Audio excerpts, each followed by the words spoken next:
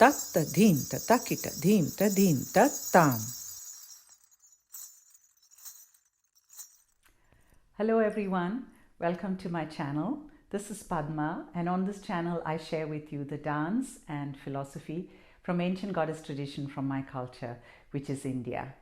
And today I want to share with you a very intriguing practice. It is about planting the flag of your practice. Over the past couple of weeks, I have been sharing with you practices of Shiva, which is the great dancing deity, the creator destroyer, and very much the archetypal energy of the times that we live in. I can't tell you the number of times I've heard from the women I practice with about how the energy of these times is churning. It's a kind of unraveling energy. There is a lot of conflict, of course, in the world, and it is inevitable that all of these also affect us in our own personal, intimate consciousness and lives. And I wanted to share this practice with you because this is about how we can come into our energy, our consciousness, and our groundedness despite whatever is going on around us. The invitation of Shiva is not to actually reject what is going on or to withdraw from it or to deny it. Some of the ancestors of Shiva were deities like Rudra, whose characteristic attribute was this great howling into the wilderness of the night. And that was a recognition that in these times of great churn and unraveling, there is pain, there is discomfort, and there is real suffering. But there are also many other things that happen in the churning. And sometimes when we can hold all of those things together, or when we come to a space where we can be grounded in all of this churn, that's where we receive the gift of these times, the gift of Shiva, which is that teaching or insight or revelation that is absolutely intimately relevant for us. And this is this incredible magic of this vast macrocosm, the universe, and how it connects intimately to each one of us personally and individually. It is an absolute miracle, but it is also something that is very material if we can open ourselves, if we can actually bring our energy and our presence to being able to hold that revelation of the times. And this is, of course, the great invitation of Shiva. So this practice of planting a flag is a very ancient practice, and I'm just going to pick up my flag here. It's a very ancient practice, and it's one of the preparatory practices in the Natya Shastra, which is the ancient text on dance. And in fact, the flag, which is called the Jarjara, is an integral, it's the most auspicious object in a practice space.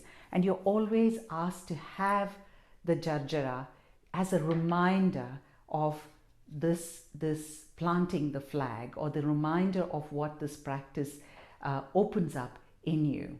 So this practice is about reclaiming everything that we have outsourced. So when we live in such big energies like the times we live in now, where there's so much turbulence and conflict, sometimes we throw our energies out, we throw our attention out, we throw our consciousness out, and we become very helpless because we can't do anything about the big events around us, and we feel a sense of exhaustion and helplessness. But the planting the flag is about reclaiming our attention, our energy, and our grounding, so that we can actually do the work, do the presence, pour our energy into what this macrocosm is mirroring for us. So what are we holding in our consciousness that is a mirror? Because consciousness always mirrors each other. I'm sure many of you will know that. Our consciousness mirrors the macrocosm and the other way around. So when we turn towards ourselves, when we plant the flag, then that is also the opportunity for us to actually come into what is the teaching of these times for me intimately, personally. What is this times teaching me? So that is the practice of planting the flag. So it's a very simple practice. If you can find a stick on one of your walks, if you can find a stick, it doesn't have to be this long. If you can find just a simple stick and you can tie, I mean, the jarjara has very specific colors. This is a simpler version of a jarjara that I have here, but you can use any color that resonates with you, a color that for you invokes a sensation of energy, beauty, passion, presence. So for me, that is red.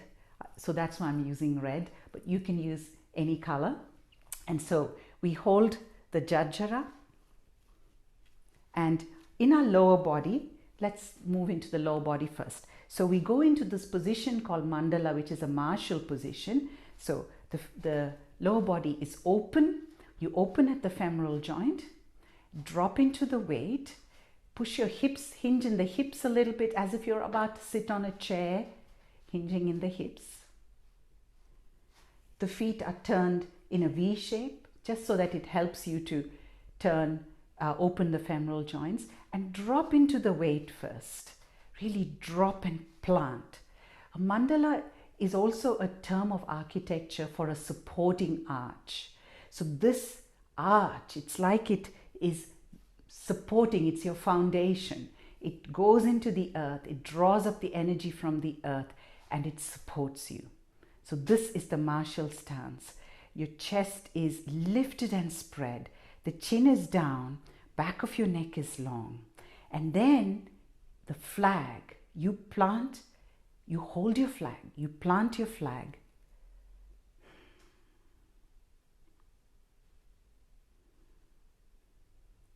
It's like you reclaim everything that you've outsourced, your energy, your attention, your the sense of your safety. We outsource everything in the times we live in. What makes us safe?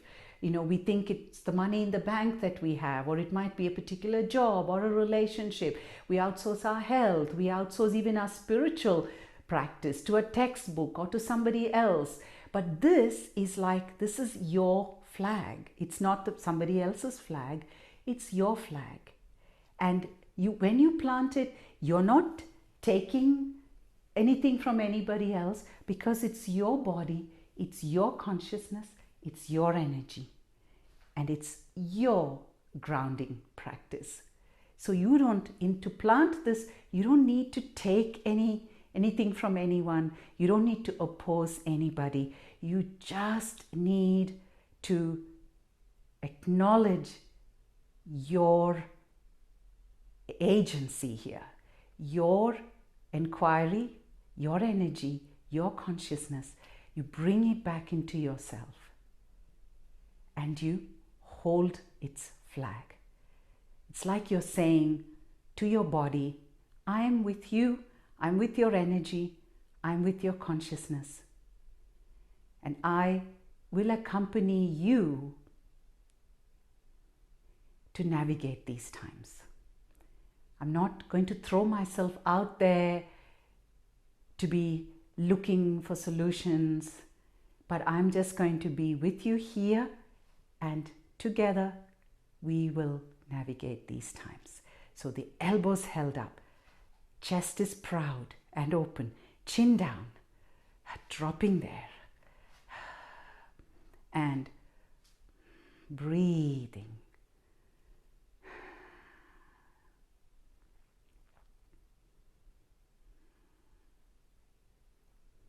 Then you can close. And you can also give your flag a place of importance. Maybe you can put it somewhere where every time you feel exhausted, where you feel powerless, you feel you're just thrown around in all this conflict that's going on and about which we can't do very much. But what we can do is to turn to the mirror of all of this in ourselves, in our consciousness, and help that to unravel for us what our teaching is. How can we move through our daily lives with energy and with presence and with groundedness, despite what is going on around us. So I do hope that this practice helps you. If you do choose a flag, I'd love to know what color you chose or why you chose that color, if you would like to share that with me. But in the meantime, I hope you will plant your flag and come to your own energy and consciousness. Thank you so much for joining me, and I look forward to your company again next time.